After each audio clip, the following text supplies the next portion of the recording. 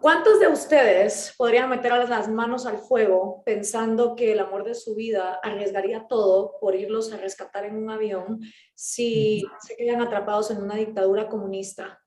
¿Cuántos de ustedes viviendo en una era hipertecnológica, donde se supone que todos estamos más conectados que nunca, se sienten cercanos a otro ser humano o sienten que han tenido amor verdadero?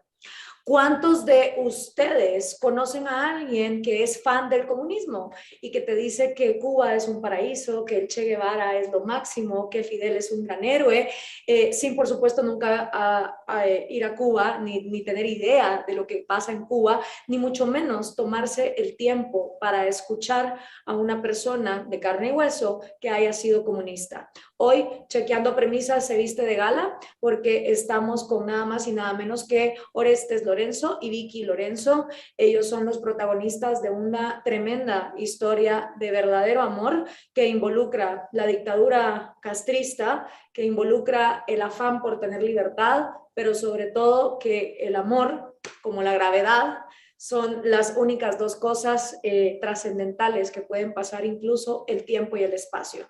Para quienes no conozcan la historia de Vicky y Orestes, vamos a arrancar con este pequeño video para que puedan saber un poquito acerca de ellos y cómo en los años 90 estremecieron a todos los cubanos, a los que estaban sobre todo fuera de la isla y que también tuvieron familiares atrapados que nunca pudieron salir, pero también a personas que han vivido y han sufrido este régimen en carne propia. Creo que esta entrevista le va a servir a cualquiera de testimonio fehaciente cada vez que escuches a alguien decir que el socialismo es fantástico, que el comunismo es lo mejor que puede pasar y que Cuba, por supuesto, es un paraíso. Así que bienvenidos a Chequeando Premisas, arrancamos.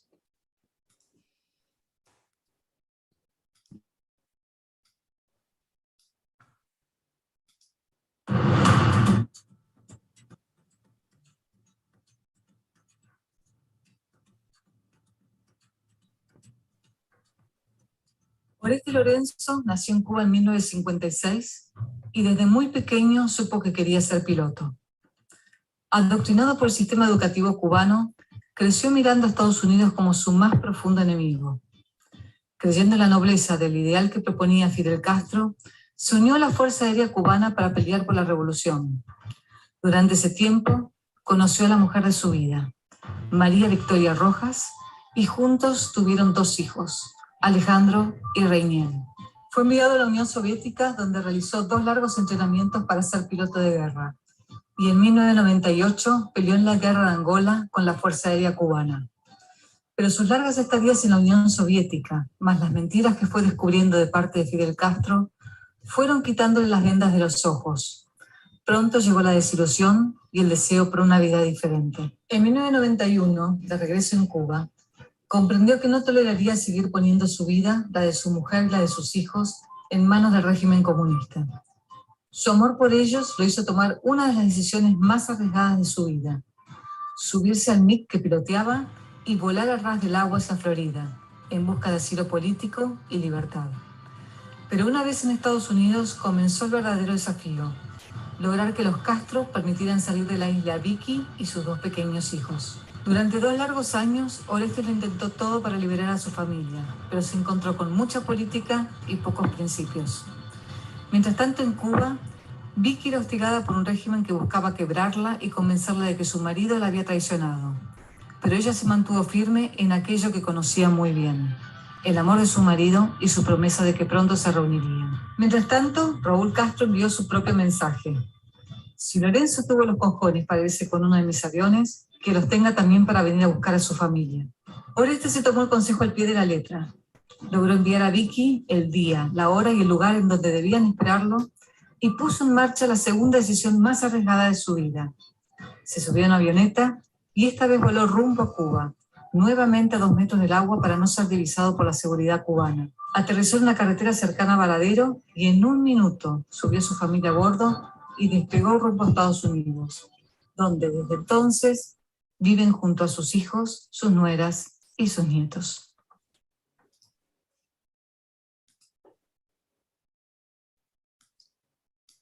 Eso es un poco ahí la historia de Orestes y de Vicky, quienes tenemos el gusto de tener hoy aquí con nosotros, y que si esta entrevista llega a muchísimas más personas que hoy por hoy alaban el comunismo y que incluso están aplaudiendo a Putin, a pesar de que lo hacen desde las redes sociales que Putin ha prohibido, y no soportarían un día de toda la falta de libertades que hay en Cuba. Pero claro, es muy cómodo ser comunista cuando uno no lo ha vivido. Así que Orestes, Vicky, muchísimas gracias por estar con nosotros hoy aquí. Gracias por haber dicho que sí a esta entrevista. Y me encantaría empezar pues hablando un poco de cómo era su vida en Cuba. Si ustedes sentían la falta de libertad diariamente o realmente pensaban que Cuba era lo mejor que había en el mundo, como le hacen creer a tantas personas porque no hay acceso a lo que hay afuera. Muchísimas gracias por tenernos en su programa. Y... Esa pregunta es para ti. Ah, para mí. Bueno, las libertades no las conocíamos, porque era lo que nos enseñaban desde que éramos pequeñitos. Toda la información limitada, todo en la escuela, en todos los lugares. Entonces yo no conocía la otra parte de lo que era el mundo. Aunque mi papá nunca estuvo de acuerdo con el gobierno y él siempre me decía, las cosas no son como nos dicen, pero yo quiero que ustedes salgan adelante. Yo quiero que tú estudies, y entonces de esa forma yo me fui encaminando a lo que debía hacer para yo poder lograr mis objetivos. Y en ese camino encontré a Oreste, que sí era un muchacho que estaba de verdad enamorado de lo que era el país, de lo que era, él confiaba en que realmente lo que era la revolución, y entonces ya yo no pensé más de la forma que mi papá hablaba. Y entonces llegó Oreste, que tú sí puedes hablar de cómo fue tu educación, que fue diferente a la mía. Gloria. No, Cuando vi la película Azúcar Amarga, no sé si han visto esa película. ¿Cuál, perdón? Azúcar Amarga, una película que es en blanco y negro a principios de los años 90 en Cuba, y que el protagonista empieza siendo comunista. De hecho, es una de las grandes promesas del castrismo. Incluso le ofrecen una beca para irse a estudiar a Praga, pero la beca nunca llega. O sea, lo mantienen siempre ilusionado con que la beca va a venir, y mientras tanto, obviamente, lo adoctrinan. Su papá era psiquiatra, pero como ganaba tan poco dinero como psiquiatra, tocaba el piano en un bar, en un hotel de estos 5 estrellas a donde solo los turistas pueden ir, y su hermano, que no estaba de acuerdo con el régimen, fue parte de esa juventud rebelde de los años 90 que preferían incluso que los metieran en estos como campos de concentración con tal de no estar como en la sociedad haciendo revuelos. Pero el personaje principal me recordó mucho cuando leí la historia de ustedes dos, porque finalmente él se desilusiona. Incluso él sí, pues no tiene un final tan bonito como el de ustedes, donde ustedes terminan juntos, sino que él trata de rebelarse en contra del castrismo y lo asesinan. Y Fidel ni siquiera se entera, porque para Fidel él era una persona más. Entonces, yo creo, Orestes, que no hay mejores defensores de la libertad que las personas que han sufrido el comunismo en carne propia. Y desgraciadamente mucha gente en América Latina coquetea con estas ideas sin jamás haberlas vivido ni sufrido. Es el caso de Ludwig von Mises, de Friedrich Hayek, de Mario Vargas Llosa, que empezaron siendo comunistas, ¿no? También Mauricio Rojas, y gente que ha aportado mucho a la libertad. Ah, pero no, él fue comunista. Sí, o sea, ella lo sufrió también en carne propia, y al final creo que la gente que más lo sufre es la que mejor después defiende la libertad. ¿Cuáles fueron las cosas que a ti te hicieron abandonar ese sueño? ¿Y cómo viste tú, Vicky, ese cambio en él? ¿Para quién es la pregunta? Para ti primero. La primera para ti. ¿Cómo hiciste esa transición? Bueno, primero que todo, darle las gracias a María por poner junto esas fotos y videos de hace 30 años. pero la verdad es que ha pasado 30 años, la única que sigue igual es Vicky de Bella, y a mí se me notan los 30 años que han pasado. Se los ve con caras muy felices y con una linda vida vivida, así que no te preocupes por eso. Mira, cuando creces en el comunismo, no tienes acceso a información, todo es controlado alrededor tuyo. Es tan simple como eso. Tú puedes crear en una persona alejado de la realidad y haces de él, lo moldeas de la manera que quieras, ¿no? Se observa incluso en sociedades libres, en las sectas que llegan al extremo de cometer suicidios, la gente ciega. Pero lo primero que hacen los líderes de las sectas es separar a sus miembros del resto de la sociedad, prohibirle la comunicación con el mundo exterior. Y el comunismo funciona en los principios de una secta, no es diferente. A nuestros amigos latinoamericanos y otros países que sueñan con el comunismo como una solución, yo no quiero hablarles, o sea, sería demasiado extenso entrar en las razones por qué el comunismo no funciona, pero les invito a pensar con sentido común. Rusia, China, Venezuela, Cuba, Laos, Camboya, países que han sido comunistas, Europa Oriental, ¿qué ha ocurrido? Lo primero que genera es un éxodo de su población, especialmente de la gente pensante, la gente creativa, la gente que mueve a la sociedad, y después de la gente pobre, cuando despiertan y comprenden lo que es. No hay gente que emigre hacia Cuba. Cuba no es un país que la gente quiere ir a emigrar, pero Cuba es un país que más del 20% de su población ha escapado, a pesar de las restricciones del gobierno. Hasta no hace muchos años, al que intentaba irse del país le ametrallaban. La Alemania Oriental construyó el muro para evitar que sus ciudadanos escaparan a la Alemania Occidental.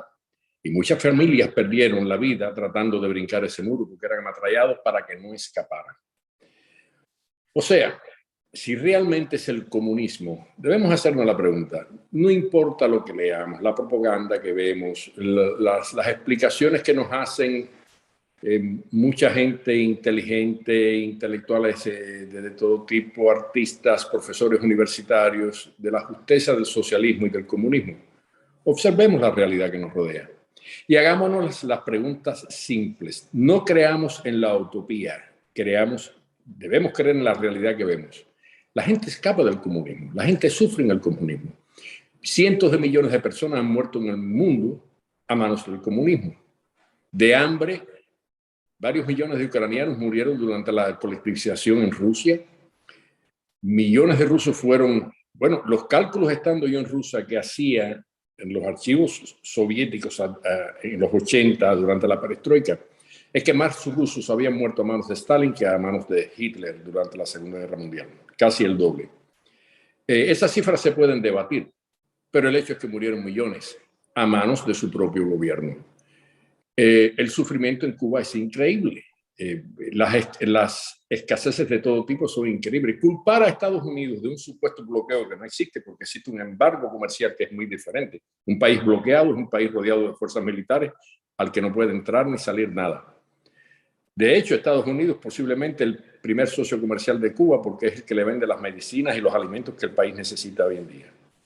Pero Cuba no necesita de Estados Unidos para producir productos agrícolas. Un país como Cuba, que tiene el año entero verde, con tierras fértiles, sencillamente los campesinos son impedidos de producir y de crear bienes para la sociedad. Porque no hay cosa que el comunismo odie más que la iniciativa privada.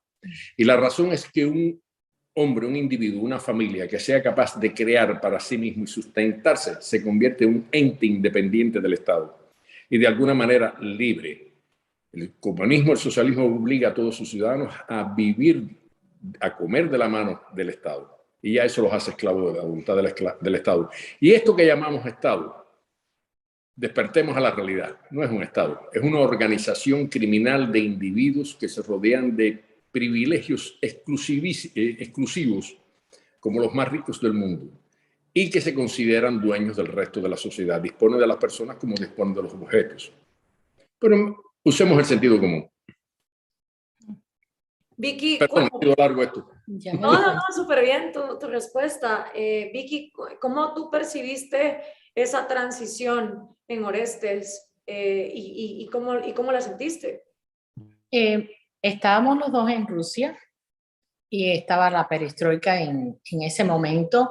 Y todos los días que él llegaba de la escuela, de la academia militar, me decía, yo no puedo concebir que me hayan manipulado toda mi vida, que me hayan querido enseñar lo que no es real. Me han mentido y entonces me era siempre presentándome, mira esto, mira esta otra noticia, yo no lo puedo creer. Y por primera vez ver de verdad cómo se vivía en el mundo, no solamente como vivíamos en Cuba, y lo que ellos nos presentaban, empezábamos a ver cómo un trabajador normal, una enfermera o con sus dos niños vivía aquí, cómo ella podía estudiar, inclusive, y empezó él a ver, y yo también, porque aunque a mi papá no le gustaba vivir en Cuba y tener la revolución, y él no creía en nada de eso, pero él no me sabía explicar porque él tampoco había visto todo como era el real mundo. Pero era muy triste porque él llegaba siempre devastado y diciendo, yo no lo puedo creer, desde niño yo creyendo en algo que lo que me hicieron fue manipularme, me han utilizado. Y de verdad que poco a poco, día a día, se fue haciendo cada día más grande la desesperación y la incertidumbre de volver a Cuba. Pero regresamos y fue peor. Pero, De- ¿por qué los mandan a Cuba, perdón, por qué los mandan de Cuba a Rusia en plena perestroika? Eso es como meterse un tiro en el pie para el régimen que quería continuar con el comunismo. ¿O ustedes estaban allá y de repente cayó el muro? ¿Qué pasó? bueno, nos fuimos a Rusia a comienzos del 86. O sea, la perestroika estaba 86. apenas Ajá. comenzando. 87. Tú en el 87, Sí, tú en el yo me fui en 86, el exacto. 86. Fueron con los últimos 4 años en Rusia. Y la perestroika, el primer paso de que se hablaba era una lucha de Mikhail Gorbachev contra el alcoholismo y los vicios en la sociedad y la necesidad de fortalecer la familia rusa, que estaba muy diseminada. Había serios problemas en Rusia, como el 60% de las madres criaban a sus hijos porque los padres abandonaban el hogar muy temprano. Y después eso se fue expandiendo la apertura de más información. O sea, fue un proceso, no fue algo la perestroika no fue de la noche a la mañana.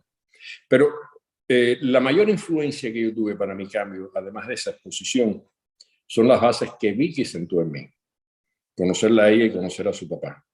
Sin hablar de política, Vicky no es una persona política de por sí, pero sin discusiones de aspectos sociales, sin profundizar en estos tópicos. Solamente el ejemplo de su vida, de persona, de amor a sus hijos. Vicky para mí fue un faro, un baluarte tremendo, que me dio una fortaleza inmensa en comprender dónde están las bases de toda sociedad. No puede haber sociedad sin familia, no puede haber patria sin familia. Ese es el primer eslabón.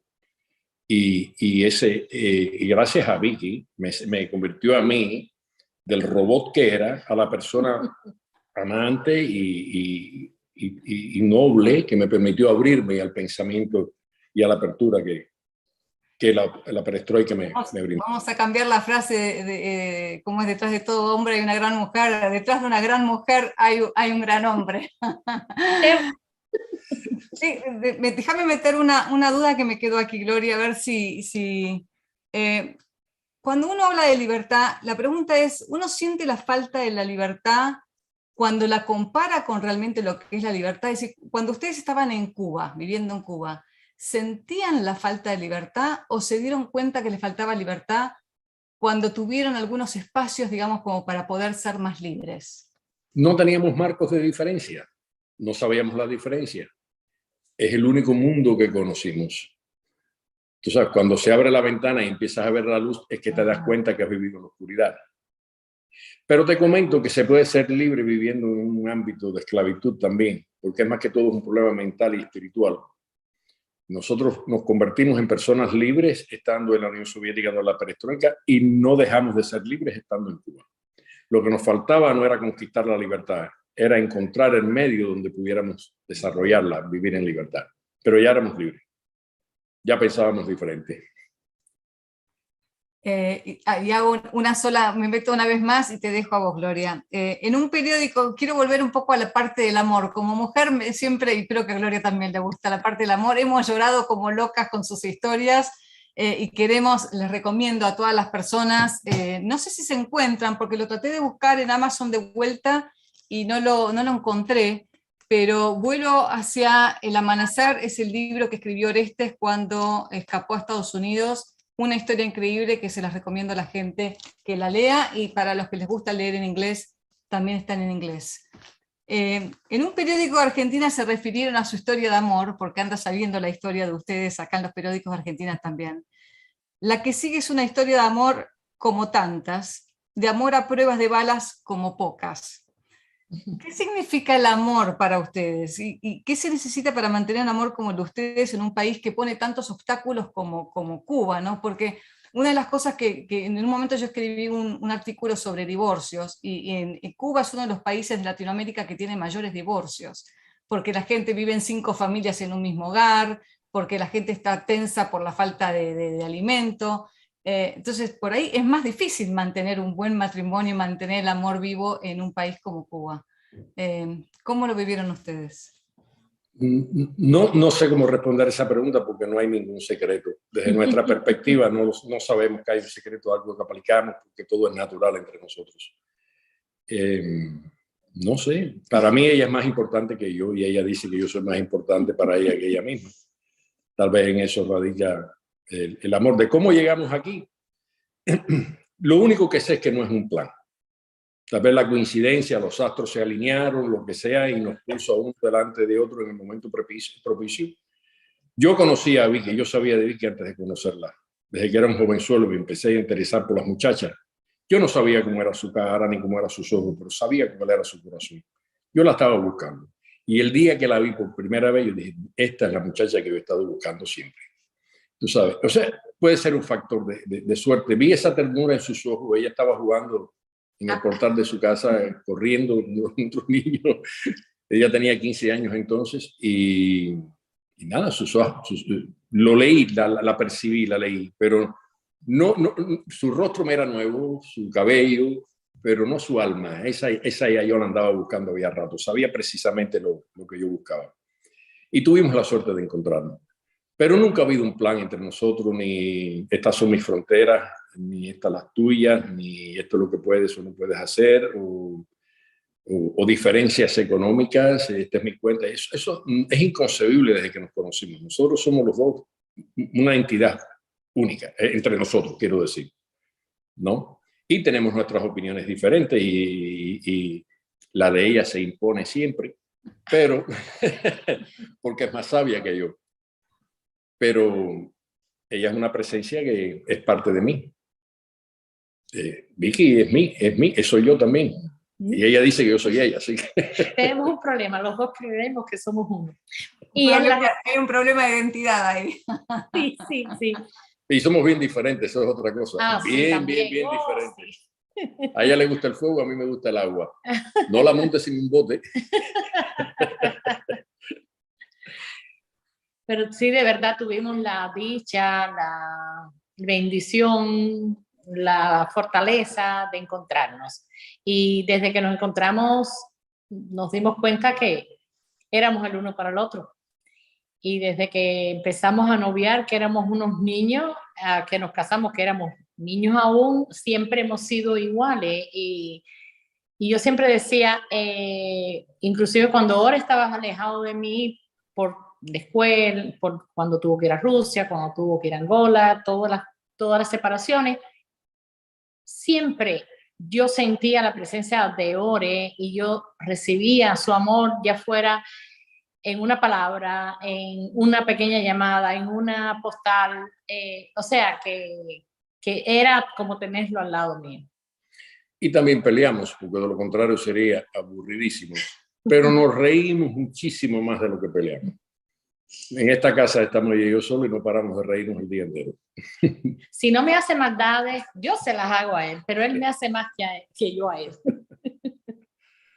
Si ustedes saben que son protagonistas como de una historia de amor de película, ¿no? Porque cuánta gente víctima del comunismo se separó. Conozco una historia similar a la de ustedes, pero es mucho más inmoral y no tan ética en el muro de Berlín, porque desgraciadamente el comunismo termina haciendo eso, ¿no?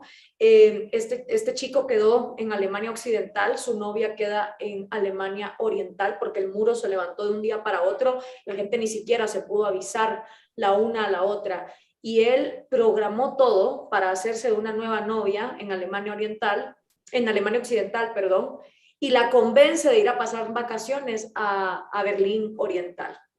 Habían pasado 4 años ya.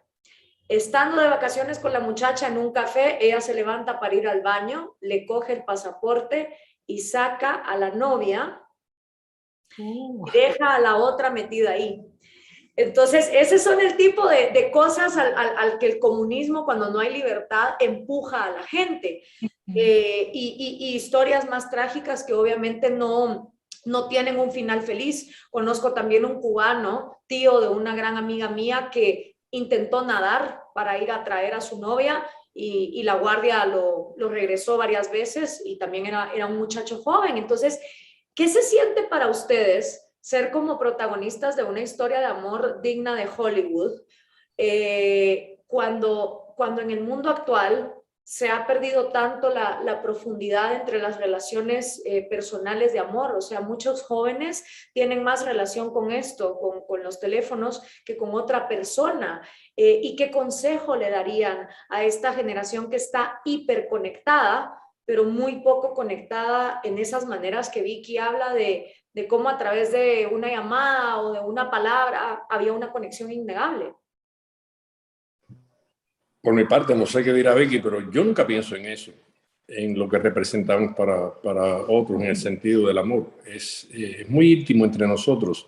Nunca lo proyectamos en un plano social. Pero consejo a los jóvenes es que sean genuinos. Nunca hagan nada por apariencia. Nunca proyecten una imagen que no es la verdadera suya, porque si algo es fundamental en el amor es que la otra persona te vea a ti, al verdadero tú, con tus defectos. No tengas miedo de tus defectos, trabaja en ellos, tratas de mejorarlos. Las cosas que tú creas que no son buenas en tu carácter, haz un esfuerzo de voluntad, corrígelas, sé mejor persona, sé noble, pero sé siempre tú, teniendo los defectos que tengas. Sé honesto, no vivas con secretos. Yo soy muy abierto en toda mi vida. Algunos me critican, tú dices demasiado. A mí no me importa. Yo soy transparente, es mi vida. Y así he sido siempre. O sea, que cuando Vicky me vio, sabía lo que estaba... Que compraba. Con todo el bagaje de problemas que traía yo, ella lo sabía. O sea, no hubo sorpresas para ella. Ese sería el consejo más importante. Pero en el amor hay que tener suerte también. No es un contrato, no se planifica, no se escribe, no es un plan. En mi opinión. ¿Vicky, tu opinión? ¿Mi opinión? Bueno, mira, no creo, y nosotros no pensamos en que si somos famosos, o que si fuimos famosos, o que hicimos, porque lo hicimos para poder estar juntos, para reunir la familia de nosotros, para ser felices de nuevo, porque ni él podía vivir sin mí, sin los niños, ni yo podía vivir sin él. Entonces, por eso, pero es que desde que nos conocimos, siempre fuimos iguales. Desde que nos hicimos novios, teníamos una conexión, teníamos algo que no podíamos uno vivir sin el otro. Pero inclusive cuando ya pasaban todos los años que estuvimos separados y todo, y estábamos nada más que por unos minutos juntos, ya olvidábamos esa parte donde tanto nos añoramos y tanto quisimos estar juntos. O sea, que la presencia no solamente, sino todo lo que fue formando como nosotros siempre dijimos, el árbol de nosotros, no necesitábamos nada electrónico. En esa época, hasta escasamente, cuando estuvimos alejados, teníamos una carta por correo. O sea, que de verdad, él me dio toda el amor y siempre lo tuvo, aunque no estuviera presente.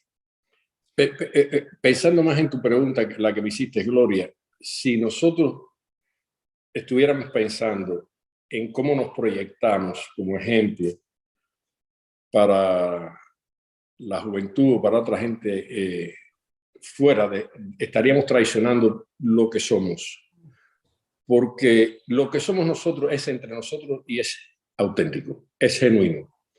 Cuando tú piensas en la responsabilidad o en la necesidad de proyectarte, tú estás pensando entonces cómo vas a ser visto y evaluado. O sea, la influencia externa es algo que realmente terminaría lacerando lo que nosotros somos. O sea, que no es un factor, no pensamos en eso nunca, no, para nada.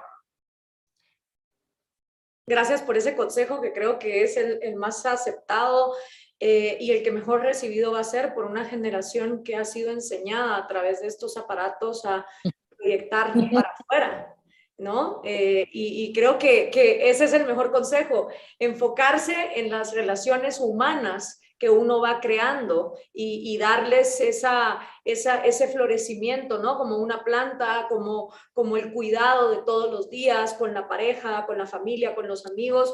Y tú hablaste un poco de eso, Orestes, que tú eras como un robot cuando eras comunista y que fue Vicky y su familia y su manera de hacer la que te fueron como ablandando, que te fueron abriendo la posibilidad de lo importante que son los sentimientos. ¿En qué momento te diste cuenta del poder del individuo por encima del colectivo? En el primer beso a Vicky. Esto no me lo quita nadie, dijiste, ni el Estado cubano. Le costó trabajo.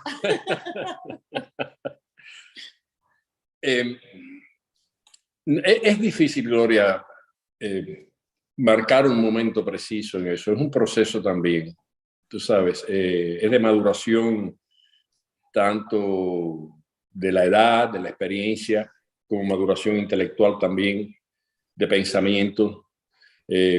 Fueron muchos años de irme a la cama pensando siempre en lo que veía a mi alrededor. Y esa ha sido la fuente de mis cambios, no basado en los libros, que leía bastante, muchísimo, no basado en las teorías ni en lo que dijeran mis profesores, sino basándome fundamentalmente en la realidad objetiva que yo observaba. Pero lo que fuera realidad, no la opinión de un estadista o un comentarista de televisión, sino en los hechos. Y nosotros podemos cultivar nuestros conocimientos aprendiendo de otros, porque eso nos hace humanos, aprender, transferir el conocimiento aprendiendo de otros. Pero la realidad que nos rodea es la que confirma de qué lado está la verdad. Y las utopías no son más que eso, que los deseos.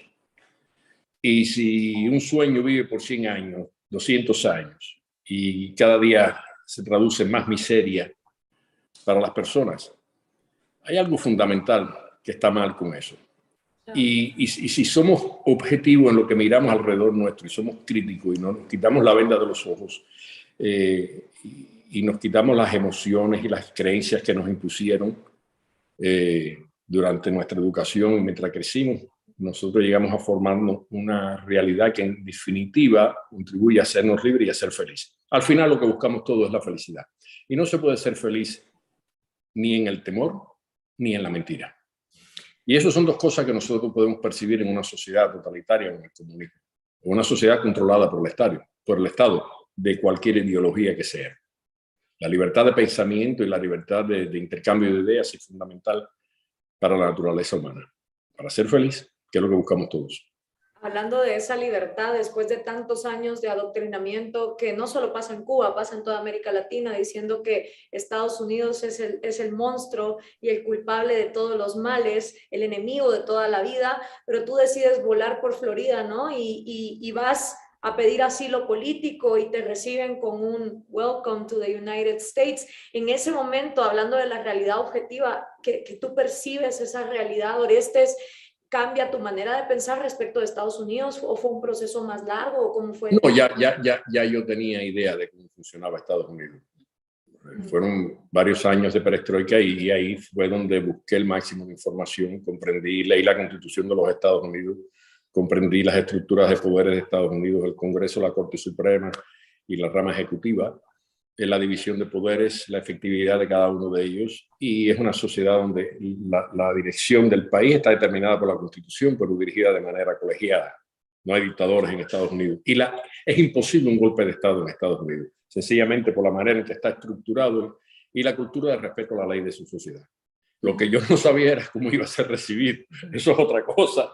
Porque apuntaste con un mic cubano, con lo cual dijiste, los que pensaron del otro lado nos vienen a atacar. Sí, porque el país tiene todo el derecho de primero pensar que venía a atacar, o segundo de que hubiera un agente cubano, un provocador, cualquier cosa que cabe en las variables posibles. Pero me recibieron muy cálidamente y me dieron honores militares ese mismo día que llegué.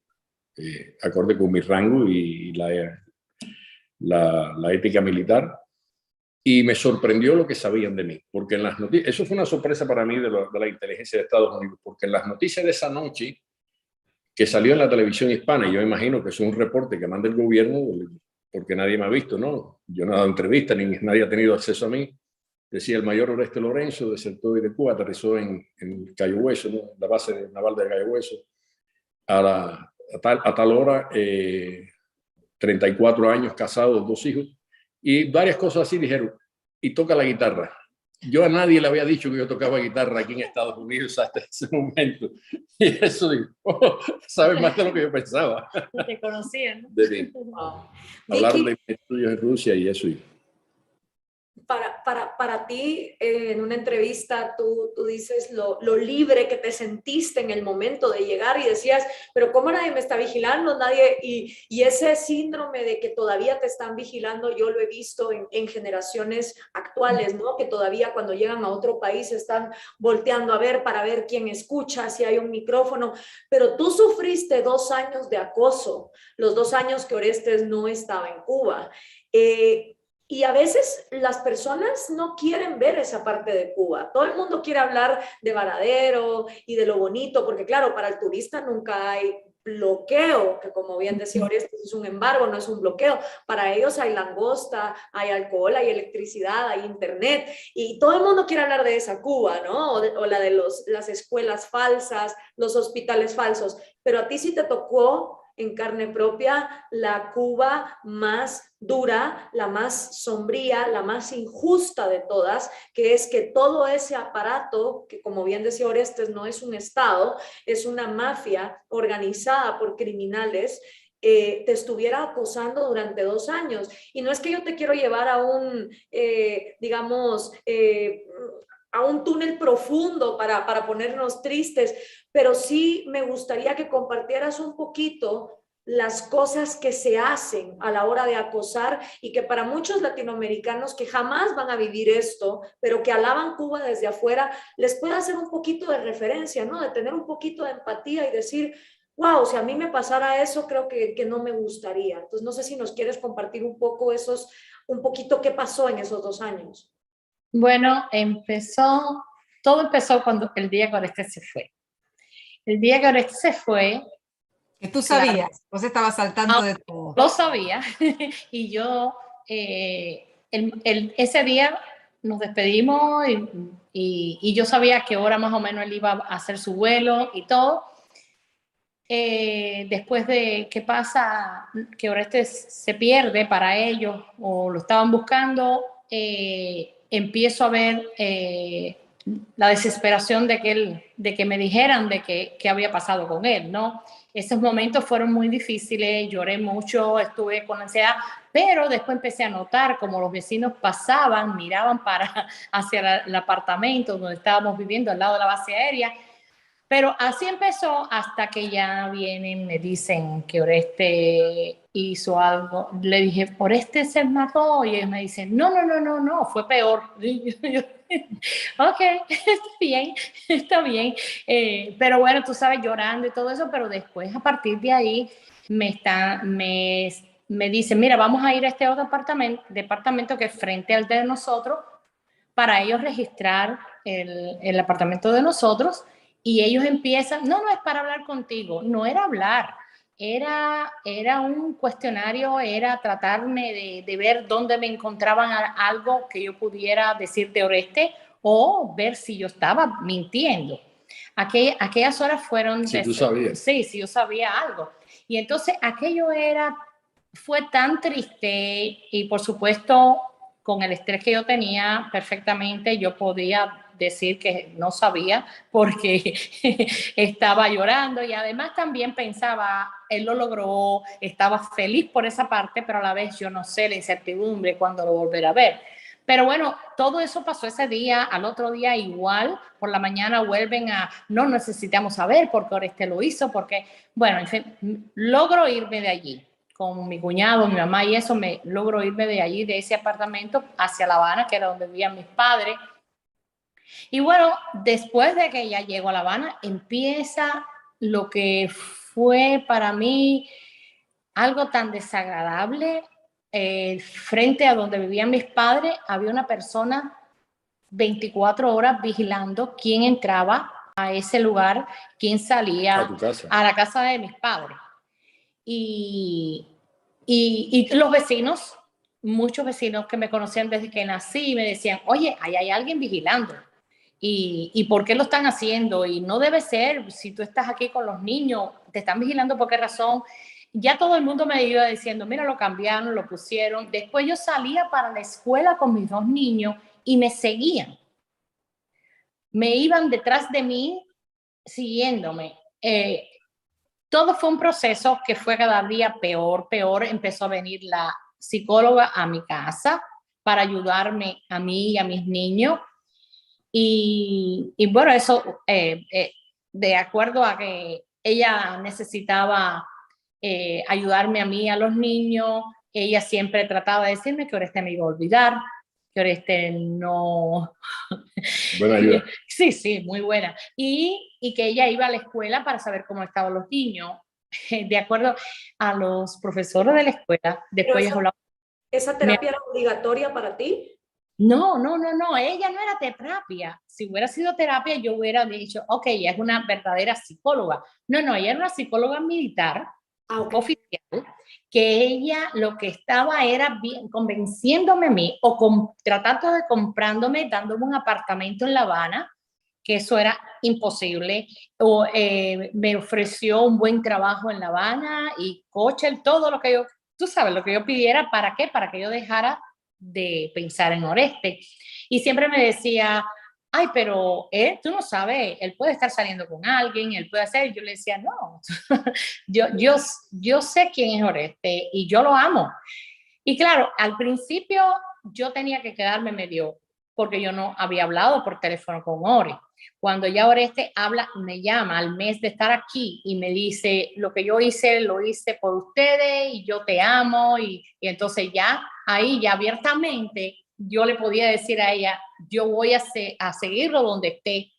Pero ¿cómo va a ser eso? Le digo, pero si yo fui a Rusia con mi esposo, ¿por qué yo no me puedo ir para Estados Unidos? ¿Cuál es la diferencia? Diferentes países, pero es mi esposo, es el misma persona, el padre de mis hijos. Pero bueno, ellos trataban de la psicóloga, y la psicóloga también iba a la escuela de los niños.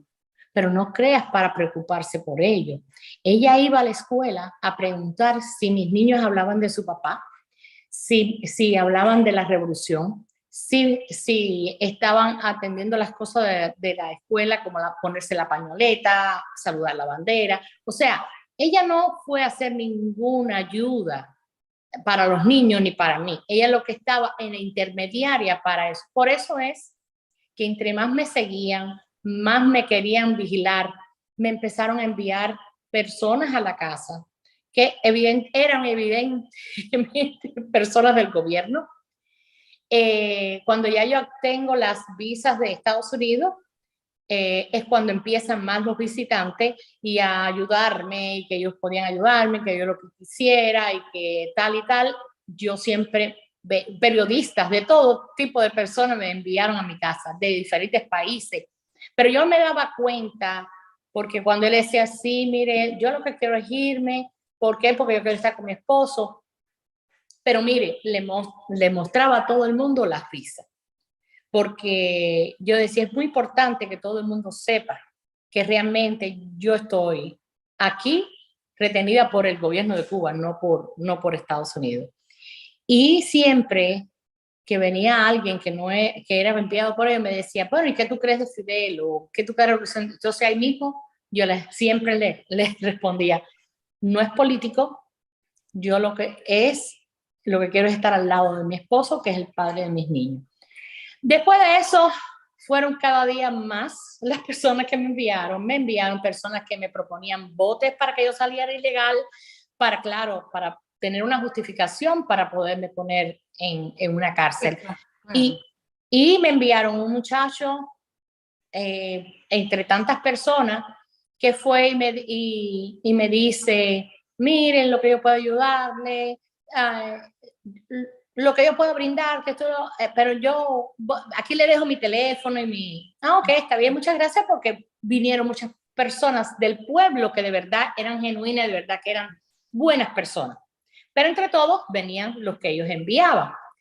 Y estando aquí nos enteramos de que ese muchacho llegó a este país porque él estuvo preso, porque a él le dijeron que debía volver a mi casa y dejarme debajo de unos asientos. Plantar.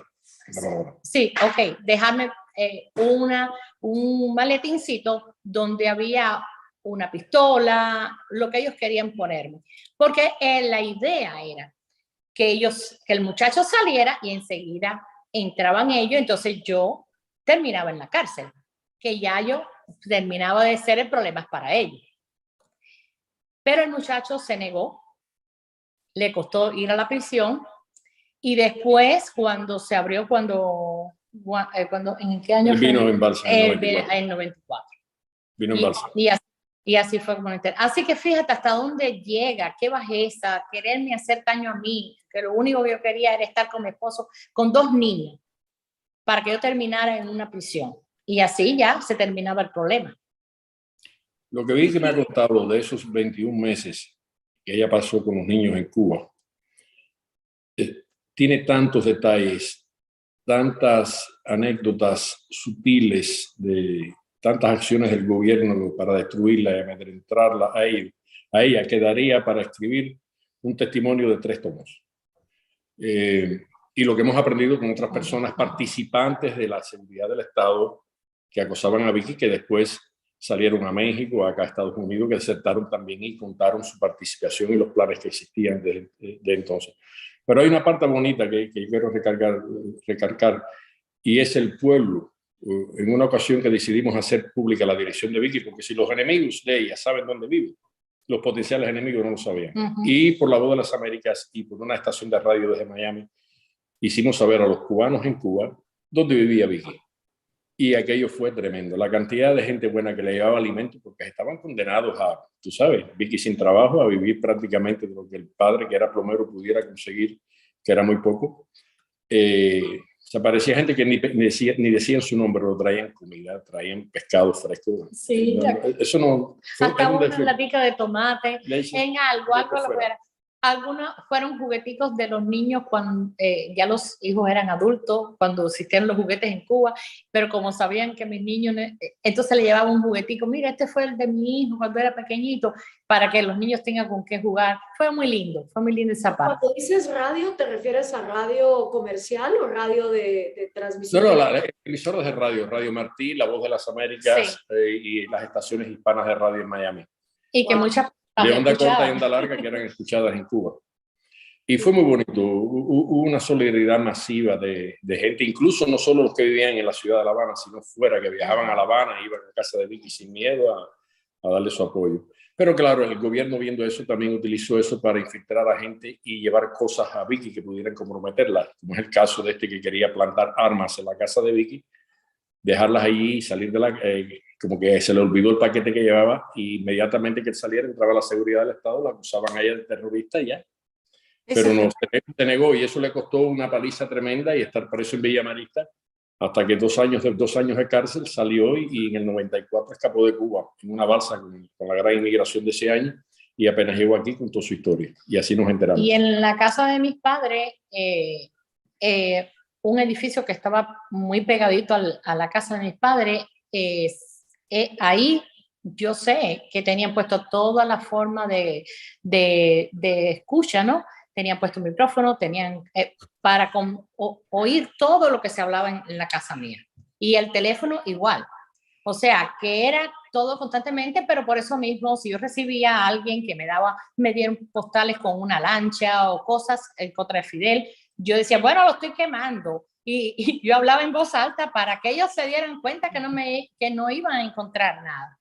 Y de verdad que esa parte fue triste, pero también el pueblo, lo que era el pueblo de verdad, fue muy lindo. Llegaba yo a una línea de una cremería donde la línea era gigante y comprábamos el helado para poderle dar a mi niño mayor un helado derretido en la mañana para ir a la escuela, porque él no le tocaba leche.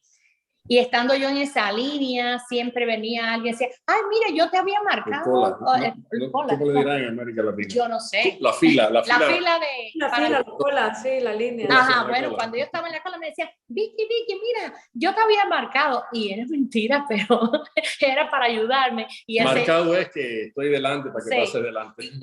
Ok, entonces venía y la persona que despachaba, que te entregaba el helado, que era racionalizado, o sea, 2 bolitas de helado para aquella línea por persona, me decía, sí, ya te puse las 2, me ponía 4, 5, 6 para ayudarme. Tú sabes, eran cosas lindas, entre tantas cosas que me querían hacer alrededor, siempre había muchas buenas personas en el medio. Y hablemos un poco de eso, de ese cubano del principio que todavía traía como que ciertos valores, porque Orestes la vez pasada decía que los cubanos actuales les cuesta el decir gracias, ¿no? Porque ese sentido de comunidad y de ayuda y de resolver entre todos, que yo siempre he considerado que el cubano lo tiene muy alto y por eso es que se mantiene, digamos, esa solidaridad, aunque se ha perdido. O sea, yo sí puedo ver una diferencia entre la generación de mis abuelos, que eran cubanos, a la actual. Y Asiel Abastro, productor de Patria y Vida, dice que en Cuba se viven 3 realidades. La que te cuenta la tele, que es donde las tiendas siempre están abastecidas, los hospitales están bien, ¿verdad? Esa es una de las realidades. La otra es la que estás viendo tú, que nunca es coincidental con la de la tele. Y la otra es la realidad interna, que hay que vivirla en silencio si uno es un alma libre, porque si no, pues uno se mete en problemas. ¿Ustedes ven una diferencia entre esa Cuba? Porque hace 30 años que tú saliste, Vicky, y han pasado 30 años y llega nueva gente, ¿verdad? A la Florida, pérdida de valores, diferencia en la manera de ser que ustedes miren entre esa Cuba de antes y la actual. Sí se ve la diferencia, pero también las familias, porque nosotros tenemos amigos y tenemos familia que llegan y no son como la mayoría del pueblo. ¿Me entiendes? Porque no sé si es la base fuerte de los padres, de los abuelos, que trataron de insistir a que fueran de esa forma, pero la nueva generación que se ha criado más, diría yo, en la calle, es completamente de la forma de que te conversan, de la forma en que se expresan, es completamente diferente. Muchísimas veces yo no entiendo lo que me están diciendo. Cuando se expresa digo, y yo no sé, esa frase no es una frase idiomática, es una frase un poco diferente. Y de verdad que muchas veces aquí mismo me preguntan, ¿y tú eres cubana? Yo digo, sí, bueno, nací en Cuba. Dice, ay, pero usted no habla como los cubanos. Digo, ay, Dios mío, fíjate hasta dónde hemos llegado. Un sistema educativo del Estado todopoderoso es el único que educa en Cuba, que además sustrae los niños del hogar y los lleva a las escuelas al campo, que enfatiza en la educación como primordial el adoctrinamiento político e ideológico, deja muy poco a los científicos y absolutamente nada a los modales de decencia y de comportamiento en una sociedad, y nada de conceptos cívicos. Esos modales se preservaron en la familia por algunas generaciones, pero se han ido perdiendo. En los más jóvenes que llegan de Cuba hoy en día y tú les brindas, le prestas ayuda, no saben decir gracias. No es que no lo agradezcan, tú le lees en los ojos la gratitud a la gente, lo percibes, pero la habilidad de expresarlo con palabras ha desaparecido. Y es una característica más del colectivismo y del Estado sobre la persona. Los hábitos para hablar, la pronunciación, la gente dice, oye, ¿cómo hablan? Oye, cubano. No, ese no es el cubano que se hablaba o el español que se hablaba en Cuba cuando yo crecí. Así no hablaban mis abuelos que eran analfabetos, no hablaban así, pronunciaban las palabras correctamente. Tú sabes, y nosotros tenemos un acento, lógico, como la mayoría de los países latinoamericanos tiene su propio acento, pero no como, sinceramente, especialmente los deportistas, hay muchos que yo no los entiendo cuando los entrevistan. Me es difícil entenderlos. Orestes, meto una pregunta ahí para los dos también. Cuando ustedes, bueno, ahora ya están en Estados Unidos hace mucho tiempo, ¿encuentran diferencias, similitudes y diferencias básicas entre el cubano y el americano en lo que es un poco el sense of life, ¿no? El sentido de vida, el tema de tener tan arraigado los principios del individualismo, de la libertad, de su derecho a la propiedad privada? ¿Han encontrado eso bien marcado? Y si han encontrado similitudes, ¿cuáles son esas similitudes? Bueno, con Cuba son más marcadas, pero el americano de por sí es muy diferente de lo que he visto yo en muchas partes del mundo. El sentido de individualidad, la cultura esa de individualidad que ellos llaman self-reliance, de valerme por mí mismo, del americano es, si no es única, es remarcable, por lo menos. Eso es algo muy particular que yo admiro mucho en la cultura de este país, en el individualismo que se practica en este país, independientemente de la educación que tenga el individuo. El individuo aquí menos educado, que trabaja conduciendo un tractor o en la construcción, a otro que tiene mucha mejor educación, no son diferentes en ese sentido. Y eso produce los vaivenes estos que vemos en las elecciones en Estados Unidos, que un año votamos demócratas en una mayoría y otro año se vota republicano. Y la gente puede tener diferentes ideas en cuanto a cómo conducir el país, pero cuando hay ideas que representan sacrificar su individualismo, eso de valerse por sí mismo y vivir de las migajas que da el Estado, habrá una parte que lo acepte, pero la aplastante mayoría dice, no, yo no quiero que me des nada, porque si me das algo terminarás quitándome después otra cosa.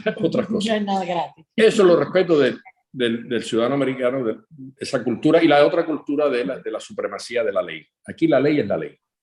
Y es inconcebible muchas cosas que son prácticas en nuestros países, como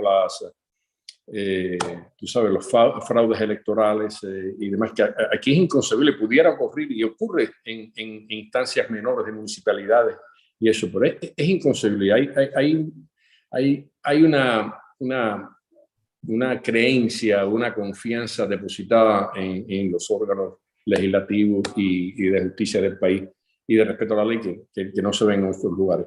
Con relación a Cuba, la diferencia es mucho más marcada, especialmente con las generaciones que están llegando últimamente.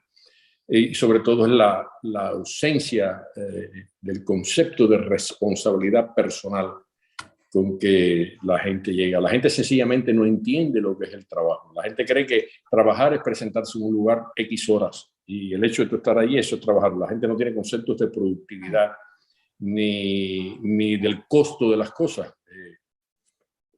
Algo gratis. No, nada es gratis. En este mundo todo cuesta. Alguien paga por algo. No hay siempre. Nada como un almuerzo gratis. ¿Quién decía eso, Gloria Friedman? Exactamente. Como salud gratis. Qué gran mentira. Bueno, el médico no cobra por lo que te está haciendo, para atenderte. El laboratorio que produce la medicina no le paga al personal que trabaja ahí, el científico que pone las fórmulas, tú ves, junto. Toda esa gente recibe salario. Y ese salario que reciben es un reflejo del costo. El producto que compra, o sea, no existe nada, algo que cuesta no es gratis, no existe gratis. Pero hay una cosa muy bonita aquí también, que nosotros vemos y que existía mucho en Cuba cuando yo era niña y después las otras generaciones empezaron a degenerarse, es la familia. Aquí tú tú admiras cómo se lucha con la familia. O sea, tú ves el vecino con su familia, cómo se esfuerza, cómo quiere que sus hijos estudien, que la unión de esa familia en Cuba, el gobierno logró desmenuzar esa familia.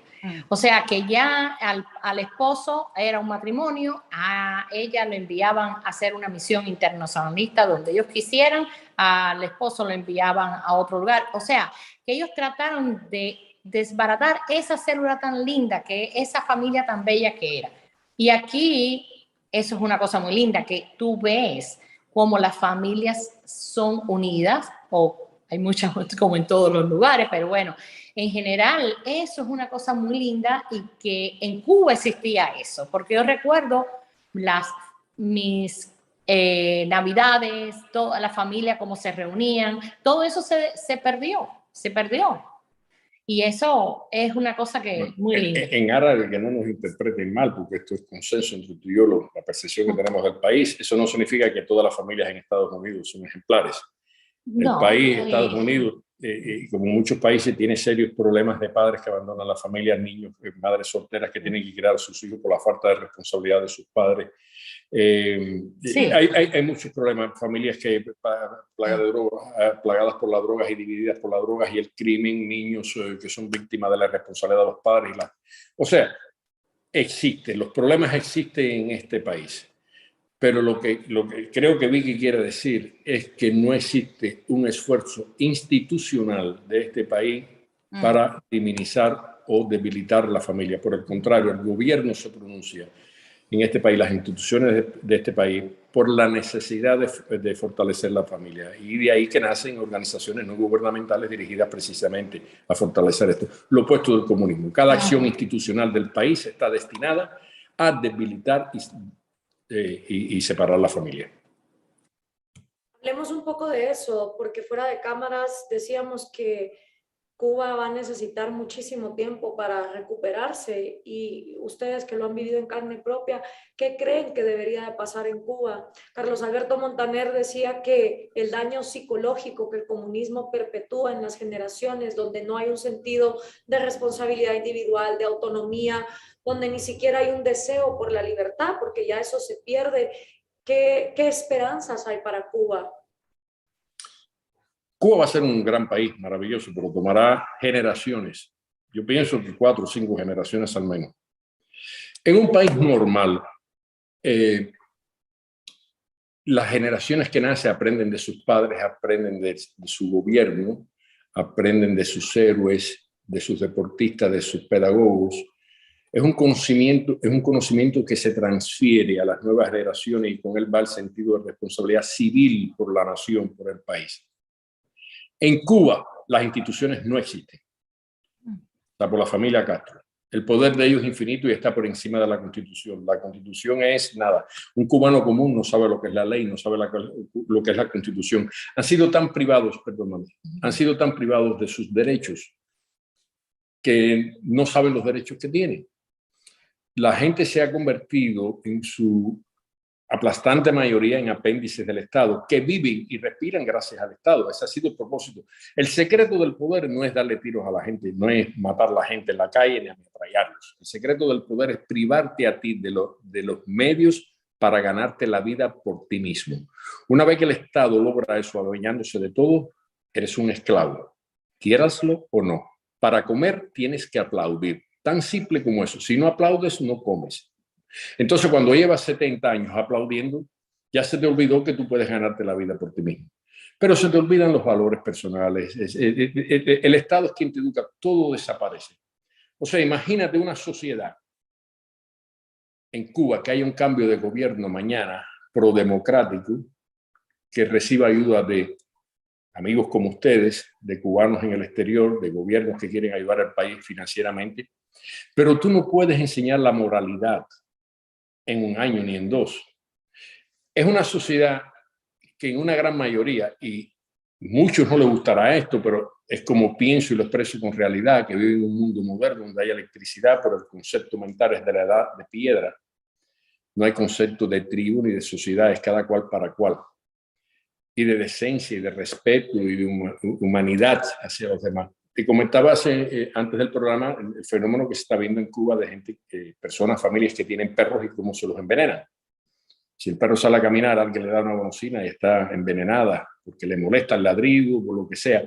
Hay tanto desamor y crueldad en la sociedad y ese individuo, ese colectivismo que quisieron crear, el hombre nuevo a la imagen del Che y Devoto, los demás, los que han creado un individuo extremadamente egoísta y privado de sentimientos por lo que la rodea y de responsabilidad cívica por la sociedad. Entonces imagínate mentalmente un país moderno donde prácticamente no hay instituciones para el orden, no hay respeto a la ley, está en la base de la edad de bronce o en la edad de piedra mentalmente. Entonces, sinceramente, yo lo que me temo que será un proceso largo y doloroso, pero que Cuba tendrá que pasar, como todos los países de derechos, ninguno llegó aquí sin pasar momentos traumáticos en su historia. Es el aprendizaje lo que nos conduce a arreglarnos como sociedad, a establecer las reglas que permiten la paz y el funcionamiento armónico y productivo de la sociedad. Y entre eso las organizaciones religiosas y sociales y no gubernamentales también. Pero imagínate un país de pronto que no hay gobierno, pero no hay institución. ¿Quién controla el orden? En Cuba nadie tiene un arma de fuego, pero el país está lleno de armas de fuego en manos del gobierno. Lo que más yo temo es un cambio violento en Cuba, sinceramente, porque después que pase la euforia esta de venganza y de aparente justicia, donde se le cortaron la cabeza a los Castro, los arrastraron por la calle, se haga lo que hagan las masas, lo que generalmente hacen en estas situaciones, habrá un exceso de justicia donde mucha gente inocente pagarán con sus vidas con maltrato. Pero tantas armas en la calle y tantos años de frustración y falta de responsabilidad social surgirá inevitablemente al surgimiento de organizaciones criminales, del abuso, de mafias, por llamarlo de alguna manera. El secuestro va a ser elevado en Cuba. El éxito económico va a ser muy difícil porque no tienes la protección de la ley, que aunque exista en ese momento, no tiene el respaldo de instituciones fuertes para hacerla valer. En definitiva, yo espero un futuro en Cuba inicialmente donde las personas más propensas, o las personas que tienen la habilidad de crear industrias, de crear empresas para traer la prosperidad económica al país, van a estar asediados por bandas criminales que quieren una parte de su producto, los chantajes, los secuestros, porque si gana más dinero que no. Habrá mucho desorden, mucho crimen en Cuba por décadas, hasta que el país logre fortalecer sus instituciones, crecer lo suficiente como para pagar lo suficiente a esas instituciones, equiparlas apropiadamente, educar a su personal y hacer que la ley funcione y se imponga por la fuerza, porque no hay ley sin fuerza en el país, y la sociedad y el país aprenda de su pasado y sus errores. E indudablemente Cuba va a ser un gran país y una sociedad de derechos envidiable porque tiene las condiciones geográficas para eso y la naturaleza para vivir en armonía y en riqueza. Pero tomará mucho tiempo en mi opinión. No llegaré a verlo. Le faltan las ideas adecuadas. Una de las cosas que Rand hablaba siempre es de la importancia de las ideas para el futuro de una sociedad, ¿no? Y yo lo que veo en Latinoamérica, y siempre hablamos esto con Gloria, es como, sin llegar a ser Cuba, nuestros sistemas educativos están tomados por el Estado, y lo que se enseña en la educación argentina, colombiana, guatemalteca, es socialismo. Y los jóvenes salen de la universidad y salen de los colegios viendo el socialismo todavía, bueno, quizás todavía no funcionó porque no hemos tenido el líder correcto y los líderes han sido corruptos, pero continúa siendo un noble ideal por el cual tenemos que seguir luchando, mientras que el capitalismo, bueno, sí, nos da muchos beneficios económicos, pero es egoísta, es solamente el tema del individuo, es querer el bien para uno y a costa de cualquier cosa. ¿Cómo podemos convencer a generaciones ya de mucha gente joven que piensa y mira y coquetea con las ideas socialistas de que es lo inmoral y no lo moral? Bueno, el socialismo es como la gallina que yo te regalo y para que te la comas y te mueres de hambre. El capitalismo es la gallina que yo te regalo para que te comas los huevos que ella pone. Y nunca te comas la gallina, cómete los huevos. No sé si el paralelo se hace entender. Pero el socialismo no puede repartir una riqueza que no crea. El socialismo siempre en Cuba, en Venezuela, en todas partes del mundo, reparte la riqueza que encuentra al momento de llegar al poder. Pero destruye la creatividad humana, destruye las empresas que producen la riqueza para el país. Una vez que se acaba esa riqueza que ellos encontraron, o sea, no, realmente el socialismo lo que hace equitativa es la miseria, nunca la riqueza.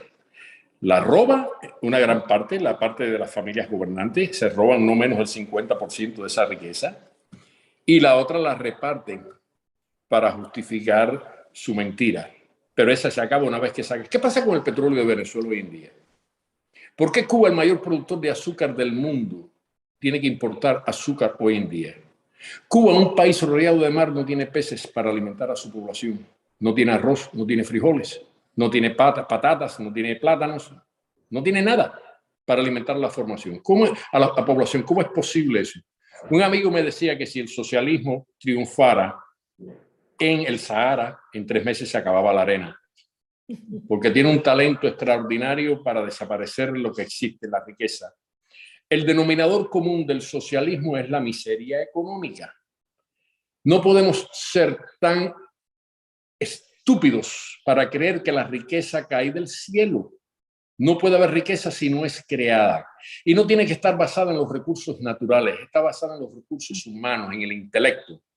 Porque Japón no tiene recursos naturales y es una de las economías más avanzadas del mundo. Y lo mismo es Singapur y Suiza. Es la creatividad humana lo que hace posible el desarrollo económico. Y no es tan difícil de comprender. Lo único que tenemos que ser objetivistas, mirar la realidad objetivamente y no creernos cuentos de hadas. Los cuentos, todo, nada viene regalado. Alguien nos puede regalar algo que no creó, pero lo que garantiza el progreso social es lo que se crea, el trabajo. El trabajo. Y no hay productividad del trabajo sin libertad. No hay otra. Pero este Claro, es como el agua. una de las cosas, hoy, escuchándote hablar, es lo brillante que eres con tus opiniones, que las dices en redes sociales, incluso sin miedo a perder amigos. Y entre las opiniones muy duras que tú has tenido, por duro me refiero firme, radical, porque vas a la raíz de la situación, es el tema de Rusia y Ucrania y Putin. ¿Qué diferencias ustedes que estuvieron en ya el colapso de la Unión Soviética, que también fue un régimen que duró casi 80 años, saqueador por completo de la riqueza que había de los zares, que estaba obviamente concentrada en ellos, ¿verdad? Y llegan entonces los otros a saquearla peor. Pero ¿qué diferencia encuentras entre esa Rusia que ustedes conocieron y la Rusia de Putin?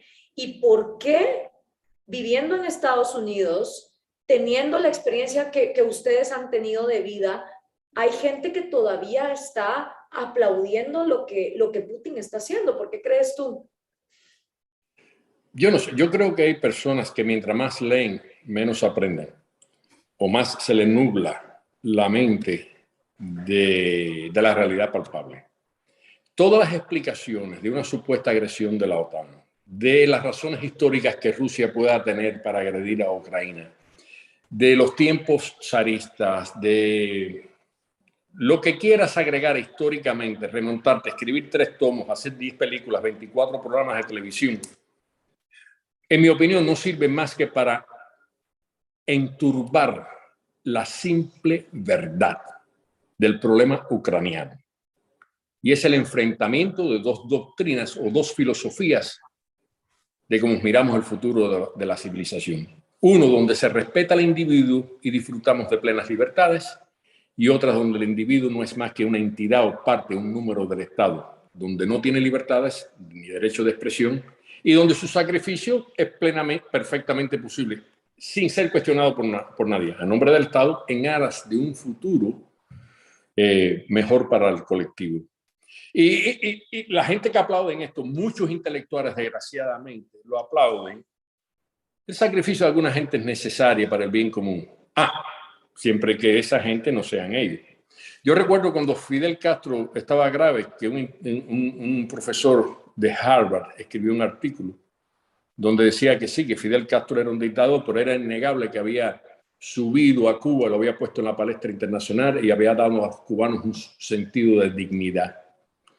Y yo no pude contenerme de replicarle que yo nunca había visto a gente hablar tanta basura, tú sabes, en su mentalidad de poner en la palestra mundial de la pobreza, tú sabes. Y yo le decía, tú ves al pueblo cubano como alguien que merece el sacrificio de vivir como vive para estar en una palestra mundial o una supuesta dignidad que no tiene. Para ti esto es aceptable. Pero me gustaría saber qué pensarías tú si hubieras estado en el remolcador 13 de marzo, que el gobierno cubano hundió con familias enteras y murieron más de 40 niños. O en la lancha de Regla, donde ametrallaron a las familias que iban saliendo y una bala te hubiera dado a ti en el pecho y en los últimos minutos, el que está respirando antes de morir, hubieras dicho, soy yo una víctima necesaria para el bien común. Si lo hubieras dicho. Absolutamente no. Eres un hipócrita. Entonces, lo fundamental que está ocurriendo en Ucrania es ese antagonismo entre dos visiones de la civilización que tenemos y que se están enfrentando allí con la... Yo tengo que estar del lado donde se respetan las libertades humanas. Yo no puedo estar del lado de Rusia, que suprimió la poquita libertad de expresión que tenían los rusos, la suprimió completa. Todo está censurado. No puedes mencionar la palabra guerra porque vas a la cárcel. Donde los disidentes o la gente que tienen opinión diferente o opositores a Putin son asesinados, envenenados incluso en terceros países. ¿De qué lado voy a estar? ¿De qué lado? ¿En qué sociedad yo quiero que crezcan mis hijos? Cuando alguien defiende a Rusia, con la excusa que sea, está defendiendo la opresión. Está defendiendo que mis hijos crezcan, tú sabes, siendo un número más en una sociedad y no lo que son. En eso yo soy radical. Tengo que serlo porque es el futuro de la civilización. Y porque es la felicidad. No se puede ser feliz en opresión, sin libertades. Perdóname el rant, pero es un punto emocional que me toca cerca y me voy en ese. Al contrario, por eso te pregunté, porque faltan tantas personas apasionadas hablando desde la racionalidad y desde la justicia. Esa es una de las razones principales por la que los jóvenes se vuelven socialistas, porque falta muchas veces encontrar gente que con gallardía defienda la libertad y la racionalidad. Todos creen que la libertad está garantizada, incluso los mismos latinos que se quejan de Estados Unidos, pero hay 60 millones de ellos viviendo allá. Entonces, el día que esos 60 millones de latinos vuelvan para América Latina, les voy a creer su antiyanquismo, ¿no? Pero tomamos como por sentado que defender a Putin es algo que no me afecta a mí. Y a mí me hace cool. Me resulta incomprensible e irracional, sino descaradamente descarado, por ponerlo de alguna manera, que tú desees para otro lo que no deseas para ti. Si tú tuvieras que escoger ahora dónde vivir, en la Ucrania que había o en la Rusia que había, tú me ibas a decir, si prefieres estar en la Rusia donde no puedes decir lo que piensas o prefieres estar en una Ucrania que, aunque no es enteramente democrática, está progresando en esa dirección y hay cierta libertad de expresión. O lo que representa a Ucrania en ese sentido. Y lo mismo ocurre con Cuba. Los que defienden a Cuba, pero lo hacen desde Estados Unidos. Exacto. No quieren vivir en una sociedad socialista. Todos ellos quieren seguir viviendo aquí donde gozan las libertades ellos. El socialismo es para otros. Como dice Gloria siempre, se compran el iPhone y se tatúan el Che. Exacto, exacto. Pues Vicky y Orestes, muchísimas gracias por haber estado con nosotros. La verdad es que ha sido un gusto poder conversar con ustedes de tantos diferentes temas y ojalá que toda la audiencia que nos estuvo acompañando se queden con esa lección de vida, de libertad, que compartan esta entrevista, que la utilicen cada vez que escuchan a alguien levantar las banderas del socialismo, de que Cuba es un paraíso, de que Castro, de que Putin, porque muchas veces el mal triunfa porque los buenos se quedan callados. Y gracias a ustedes por no solo no quedarse callados, por no haberse rendido, por ser ejemplo precisamente por enfocarse en vivir su vida, en volver a estar juntos y que ahora la cosecha de haber vivido su vida en libertad pueda inspirar a otros a hacer lo mismo. Así que muchísimas gracias. No sé si María tiene más preguntas, pero yo de verdad ha sido un honor y espero que la historia de ustedes a través de esta entrevista llegue a muchísimas personas más que están tan sedientas de inspiración y de libertad. Muchísimas gracias a ti también. Gracias. Quiero pedirles disculpas por mi pasión, que a veces se me va de La pasión, no hay que tenerle vergüenza a la pasión, no hay que pedir nunca disculpas por eso, sobre todo cuando está bien encaminada hacia cosas buenas. Pero quiero decir algo nada más para que me entienda. Prefiero 1000 veces vivir en la miseria que se vive en Cuba con la dignidad que vive en Estados Unidos que vivir en Estados Unidos con la falta de dignidad que se vive en Cuba. No son las cosas materiales lo que determinan el lugar en que vivimos. Es el espíritu y la libertad personal de ser uno mismo y expresarse como a uno le plazca. Todo lo material es secundario a eso. Y hay algo que también siempre comentamos, ¿no? Que si uno en Estados Unidos vive y quiere vivir como un socialista y vivir de un poco del aire y del agua, uno lo puede hacer. Pero en Cuba no te dan la posibilidad de vivir y tratar de ser la mejor versión de vos mismo. No, y yo respeto a todos socialistas que quiera hacerlo, pero no que viva de mi esfuerzo. Exacto. Que viva del propio. Exactamente. No, yo conocí su historia buscando siempre historias de Cuba, no sé exactamente cómo llegué al video del vuelo del amor, pero en realidad me enamoré de los dos, me enamoré de su historia, me enamoré del coraje, me enamoré del amor que se tienen entre ustedes. Leí el libro varias veces, en inglés, en español, yo, mis hijos, hemos llorado todos, y la verdad que escribí una vez en Facebook, las personas necesitamos héroes, y no los héroes de la pantalla, sino héroes de carne y hueso, porque buscamos ejemplos, buscamos modelos, y no los quiero hacer sentir incómodos como esto, pero creo que realmente son un gran modelo sobre todo para la gente joven, que a veces está buscando y busca en los lugares cerrados, y quise traerlos acá y entrevistarlos con Gloria porque quiero hacerlos más públicos. Yo sé que a ustedes les gusta la privacidad, pero creo que necesitamos conocer historias como las de ustedes. Así que un honor para mí, Gloria, enormes gracias para vos también por estar acompañándonos acá en esta entrevista y por la maravillosa entrevista que hiciste. Y bueno, espero realmente conocerlos en persona pronto. Los voy a convencer de hacer algún viaje pronto, espero. Y nada, de verdad, muchísimas gracias.